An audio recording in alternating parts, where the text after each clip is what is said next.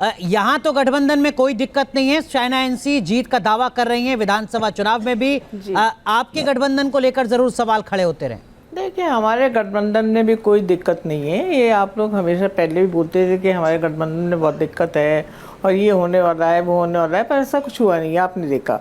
और अच्छा हम लोग का स्ट्राइक रेट है। अब देखिए, हमारी 8 सीट आई हैं, कोई कम सीट नहीं आई हैं। आप 10 में से 8 सीट आई हैं। लेकिन सुप्रिया सुले पूरे चुनाव में बारामती से बाहर कहीं प्रचार नहीं कर पाई, अपने लोकसभा सीट पर सिमट कर रह गई, जैसे तैसे वो जीती। एनसीपी की मुश्किलें तो बढ़ गई ना। और कैसे इस अलायंस को आपसे किसने कहा? कोई सिमट के नहीं रह गया सर। ये बिल्कुल गलत बात है, बिल्कुल गलत बात है सर। आप मुझे बोलने दीजिए थोड़ा। और ये कहना कि मतलब सुप्रिया मैम जो है वो सिमट के रह गई उसमें, दिस इज एब्सोल्युटली रॉन्ग। और हर जगह पवार साहब ने भी प्रचार करा है और जीते हैं हम लोग। तो ये उसके बाद भी ये कहना कि नहीं आप जीते नहीं हैं। और तो देखिए, ये सब चीज़ें जो है ना कि पैसे बांट देने से, किसानों की बात कर रहे हैं आप कि हमने इतना पैसा मतलब आप कह रहे हैं गठबंधन को कोई दिक्कत नहीं है, उद्धव ठाकरे आपके साथ टिके रहेंगे। उद्धव ठाकरे तब भी टिके रहेंगे जब कांग्रेस ए टीम बन गई है महाराष्ट्र में। कोई दिक्कत नहीं है, कोई दिक्कत नहीं है सर। बिल्कुल टिके रहेंगे, बिल्कुल टिके रहेंगे। आप देखिएगा क्या होगा। अटकलें तो वहीं से शुरू हो गई थी सीमा मलिक, जब वो 4 जून के बाद इंडिया गठबंधन की पहली बैठक में शामिल नहीं हुए थे। देखिए, अटकलें आपके लिए शुरू। अरे देखिए, आप ये सब बेकार की पुरानी बातें मत करिए कि कौन शामिल नहीं हुआ था, अभी 10 दिन हुआ था। आपने देख लिया क्या हमारे नतीजे हुए, और अभी आप देखिएगा क्या किस चीज़ के 10 दिन हुए। 4 जून के बाद बैठक हुई, हम 14 जून से पहले चर्चा कर रहे हैं। और देखिए, आपको मैं बता दूं कि आप हाँ तो इससे क्या चर्चा करना चाह रहे हैं? मैं समझ नहीं पा रही कि आप क्या कहना चाह रहे हैं। कोई बात नहीं, मैं उम्मीद करता हूं कि चाइना एनसी शायद इन बातों को समझ रही होंगी। चाइना एनसी क्या वाकई स्थितियां सामान्य होंगी? 4 जून के बाद इंडिया गठबंधन की बैठक होती है, उद्धव ठाकरे उसमें शामिल नहीं होते हैं, सांगली लोकसभा सीट को लेकर तनाव सबके सामने आता है, एमएलसी चुनाव को लेकर तनाव सबके सामने आता है। उद्धव ठाकरे अपने कार्यकर्ताओं से कहते हैं कि सभी सीटों पर मुस्तैद रहो, मैं खुद पूरे राज्य का दौरा करूंगा, अकेले, राहुल गांधी के साथ नहीं, कांग्रेस के नेताओं के साथ नहीं, अकेले दौरा करूंगा। क्या वाकई ये स्थितियां सामान्य होंगी आने वाले वक्त में इंडिया गठबंधन के लिए महाराष्ट्र में? सामान्य नहीं है, कठिन है, क्योंकि विचारधारा ही नहीं है।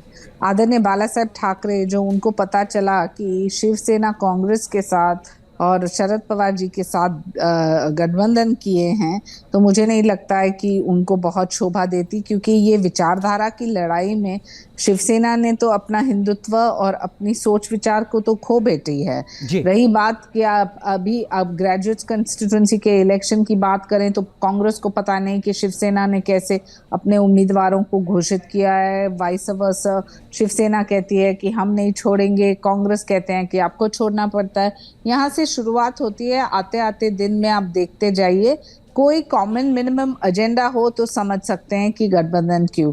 लेकिन यहाँ एक तरफ हमारी महायुति की बात करें तो एक नाथ शिंदे जी हो या अजीत पवार जी, सभी को पता है कि प्रधानमंत्री जिस रफ्तार से महाराष्ट्र के लिए और डेवलपमेंट की एजेंडा पे रखे हैं, उससे एक चीज स्पष्ट है, जनहिता और जनहित हमारे पक्ष में है, भारतीय जनता पार्टी के पक्ष में है, और आते हुए असेंबली इलेक्शन में हम जरूर जीतेंगे। विक्रम सिंह साहब, महाराष्ट्र तो उद्धव ठाकरे का गढ़ है सर, छत्र पे आप वहां के, आप बी टीम बन के रह लेंगे अगले 5 साल भी कांग्रेस के? देखिए, ए बी टीम या सी टीम, ये तो आप पता है किस हिसाब से निर्धारित कर रहे हो। जब एक समान विचारधारा उससे गठबंधन एक बना हुआ है, तो उसमें आप ये क्या तय करेंगे कि भाई ए कैटेगरी या बी कैटेगरी? इसमें मजबूती के साथ एक गठबंधन काम कर रहा है, उसके लिए आप सवाल उठा रहे हो। आप उधर नहीं देख रहे हो, जैसे ये कह रहे हैं कि हमारा मजबूत गठबंधन है। कहाँ गठबंधन है? जब सीटें किस हिसाब से उनको मंत्रालय दिए हैं और उनके अंदर वो नाराजगी साफ नजर आ रही है, तो गड़बड़ तो उधर है। आप इस चीज के लिए आप उनसे जरा पूछिए कि जिनके 1-2 सीट आई, श्रीवास्तव जी जवाब दीजिए। मंत्रालय मिला, श्रीवास्तव जी जवाब दीजिए। सीट आई और उनको वो भी राज्य मंत्रालय मिला, तो कलेश तो वहां पे। विक्रम सिंह साहब कह रहे हैं मंत्रालय के लिए तरस रहे हैं और कह रहे हैं कि ऑल इज वेल। विक्रम भाई का जो ऑब्जर्वेशन है, मैं उससे पूरी तौर से असहमत हूँ। ये तरसने का मुद्दा नहीं है। गठबंधन के जो साथी हैं, उन सब लोगों के बीच में पहले से ये तय था, क्योंकि हम लोगों का जो अलायंस है वो प्री पोल अलायंस था। और हम सब लोगों ने आदरणीय नरेंद्र मोदी जी के नेतृत्व को स्वीकार किया है। अगर हम अपने परिवार में बैठकर अगर कोई फैसला लेते तो इसको इस ढंग से इंटरप्रेट करने से मैं सोचता हूँ कि शायद ठीक नहीं है राजनीतिक रूप से। ठीक है, हम लोगों को हमारा हक मिले, इसका तो आश्वासन एनडीए के साथियों ने दिया है। ठीक है, और ठीक है। ये तो खाली हमारे दोनों लिए ही नहीं, गुटों के दावे सबों हैं के कि लिए। महाराष्ट्र में ऑल इज वेल, लेकिन जिस सुशी साहब कुछ कहना चाह रही है बहुत संक्षेप में। सुशीबेन शाह, मैं इतना कहना चाहूंगी कि ये जो इंडिया अलायंस है इसमें कांग्रेस के छोड़ के एक भी ऐसी पार्टी नहीं है जिसने बीजेपी के साथ काम नहीं करा है, जिसने प्रभावी रूप से काम किया है। तो अघाड़ी में बिगाड़ी है। हम हमारी नीति पर, नियम पर आगे बढ़ रहे हैं, ये समझना चाहिए विक्रम सिंह जी को और हमारी एनसीपी की प्रवक्ता भी। वो खुद बीजेपी के साथ उनका गठबंधन हुआ है, तो कहां बिगाड़ी है? अपने अपने दावे, हर कोई कह रहा है कि ऑल इज वेल महाराष्ट्र में, लेकिन जो खबरें लगातार सामने आ रही हैं उससे ऐसा लगता तो नहीं है। कुछ दिन का इंतजार और करना होगा।